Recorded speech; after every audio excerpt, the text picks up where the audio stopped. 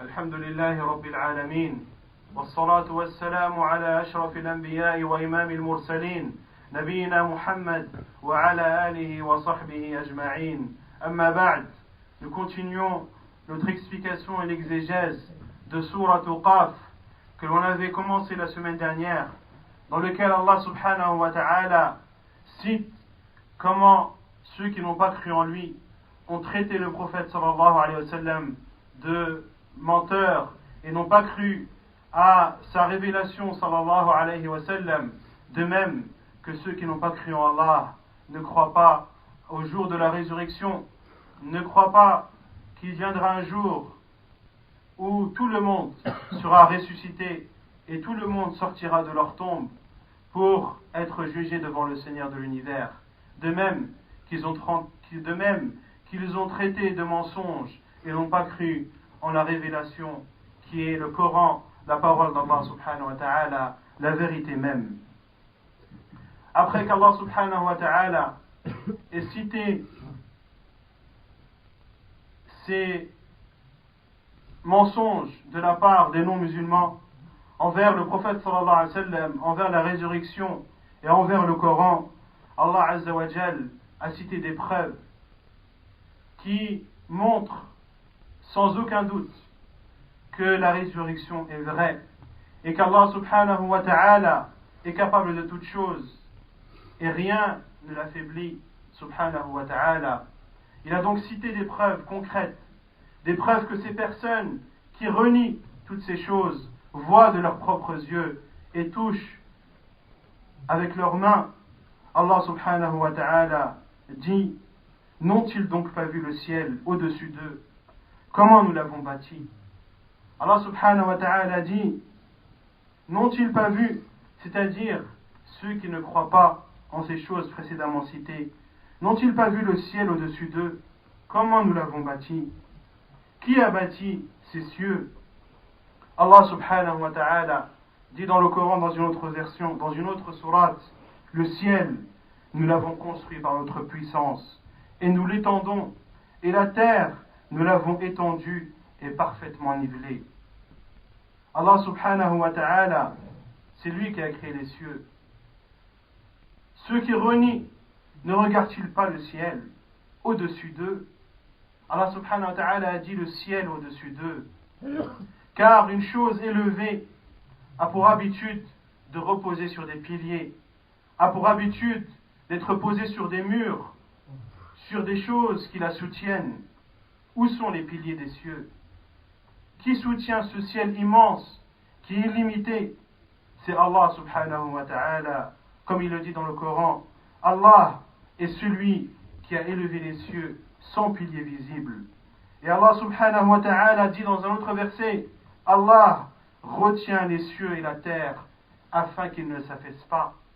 C'est Allah azza wa jal qui retient ce ciel et cette terre afin qu'ils ne s'affaissent pas. Et dans un autre verset, Allah subhanahu wa ta'ala dit en parlant du ciel: il retient le ciel de tomber sur la terre sauf lorsqu'il le permettra. Allah azza wa jal, c'est lui qui soutient ce ciel et ces cieux afin que ces cieux ne tombent pas sur la terre sauf le jour où Allah subhanahu wa ta'ala l'aura décidé. Ne voit-il pas, ceux qui ne croient pas en Allah, que ces cieux tiennent sans piliers visibles?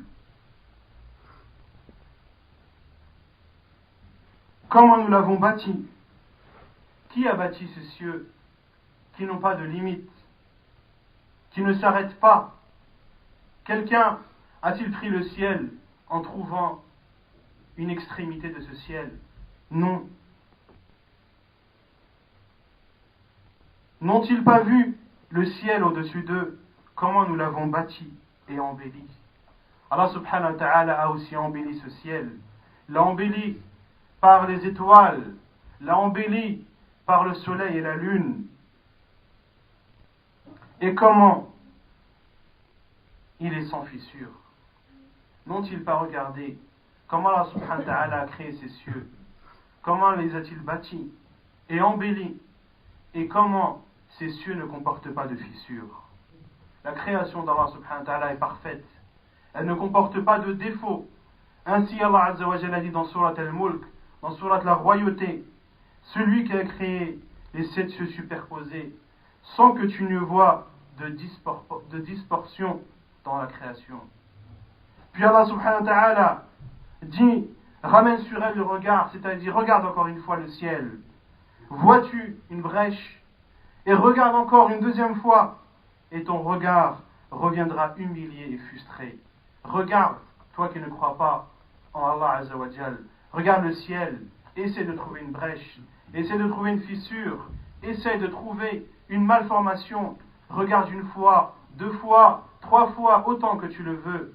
Ton regard reviendra vers toi, humilié, c'est-à-dire humilié de ne pas avoir trouvé de défaut et frustré à l'idée d'en trouver une. Allah subhanahu wa ta'ala a parlé ainsi des cieux, de la création, des créations qui sont élevées.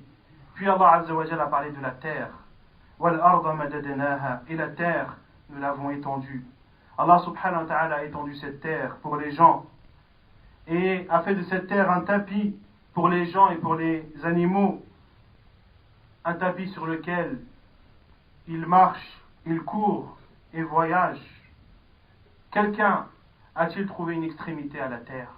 Personne. Allah subhanahu wa ta'ala l'a étendu afin que les gens y vivent convenablement. وَأَلْقَيْنَا فِيهَا رَوَاسِي, et nous y avons enfoncé dans cette terre des ancres qui ne sont que les montagnes. Allah subhanahu wa ta'ala a pris les montagnes comme des ancres pour la terre, car la terre, la planète Terre, est constituée d'un quart, de 3 quarts d'eau et le reste de terre. Il faut donc l'ancrer pour ne pas que cette terre soit emmenée et déplacée par les mouvements marins et par les fortes vagues. Ceci, Allah Azza wa Jal l'a fait avec les montagnes. Les montagnes sont donc des signes parmi les signes d'Allah Azza wa Jal. Puis Allah Azza wa Jal dit, et nous y avons fait pousser toutes sortes de magnifiques couples de végétaux. Allah Azza wa Jal a fait pousser sur cette terre différentes sortes de végétation qui sont belles à voir, qui sont magnifiques à voir. Regarde les jardins pendant le printemps, regarde les fleurs, leur diversité, leurs couleurs. Regarde à quel point cela est magnifique et est un délice pour les yeux. Malgré que la terre est une et que l'eau est une, parmi les signes d'Allah Azza wa Jal, c'est que la terre est une, que l'eau est une, mais que ce qui pousse et ce qui sort de cette terre est multiple. Les couleurs sont multiples, les sortes sont multiples, les goûts sont multiples, les odeurs sont multiples, malgré que la terre et l'eau ne sont qu'un. Allah Azza wa Jal a embelli la terre et a embelli les cieux. Pourquoi? À titre de clairvoyance et un rappel pour tout serviteur repentant. Ceci afin que l'être humain raisonne, que ce soit une chose claire et évidente à ses yeux, et surtout un rappel pour le serviteur repentant, c'est-à-dire celui qui retourne vers Allah subhanahu wa ta'ala, celui qui délaisse le faux pour accourir vers le vrai, et celui qui admet les signes d'Allah Azza wa Jal. Quant à celui qui s'ostente, celui qui ferme les yeux malgré qu'ils soient ouverts, il n'y a pas de bien en lui. Le rappel est donc et uniquement pour les personnes repentantes. Puis Allah Azza wa Jal dit, وَنَزَّلْنَا مِنَ السَّمَاءِ مَاءً مُبَارَكًا, et nous avons fait descendre du ciel une eau bénie avec laquelle nous avons fait pousser des jardins et le grain qu'on moissonne. Allah Azza wa Jal a fait descendre des cieux de l'eau bénie qui est la pluie, et Allah Azza wa Jal fait descendre cette pluie goutte par goutte et ne la fait pas descendre en une seule fois, car les catastrophes seraient immenses. Qui disperse cette pluie?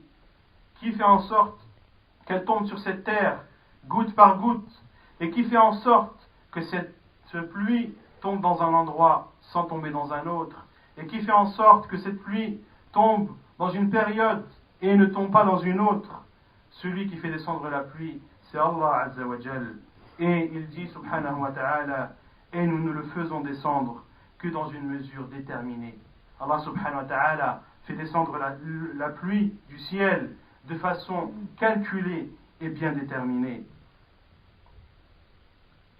Nous avons fait descendre du ciel une eau bénie. L'eau de la pluie est une eau bénie. Et la bénédiction, c'est la persévérance dans le bien.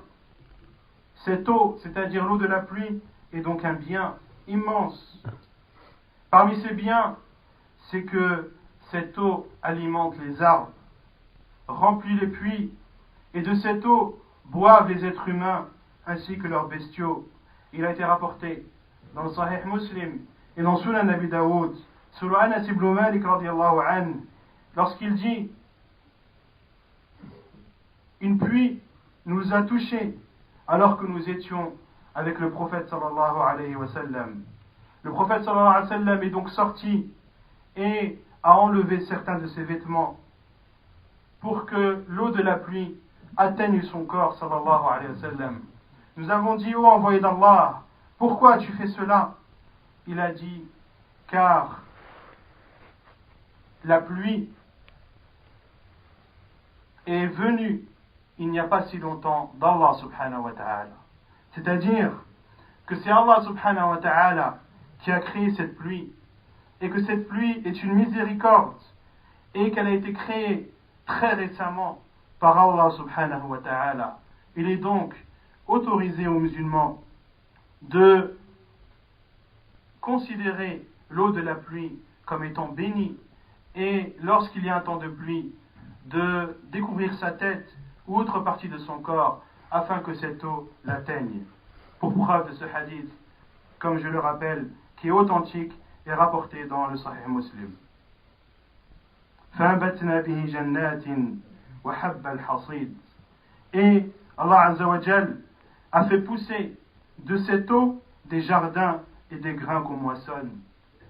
Des grains qu'on moissonne, qui sont par exemple le blé, qui sont le riz, qui sont le froment et toute autre céréale. Ainsi que les hauts palmiers aux dattes superposées. Et de cette eau également poussent de la terre des palmiers qui ont des hautes branches.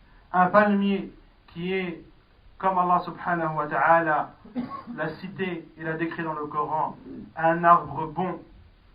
Lorsqu'Allah subhanahu wa ta'ala dit: n'as-tu pas vu comment Allah subhanahu wa ta'ala a donné l'exemple d'une parole bonne comme d'un arbre bon, et l'arbre bon n'est autre que le palmier.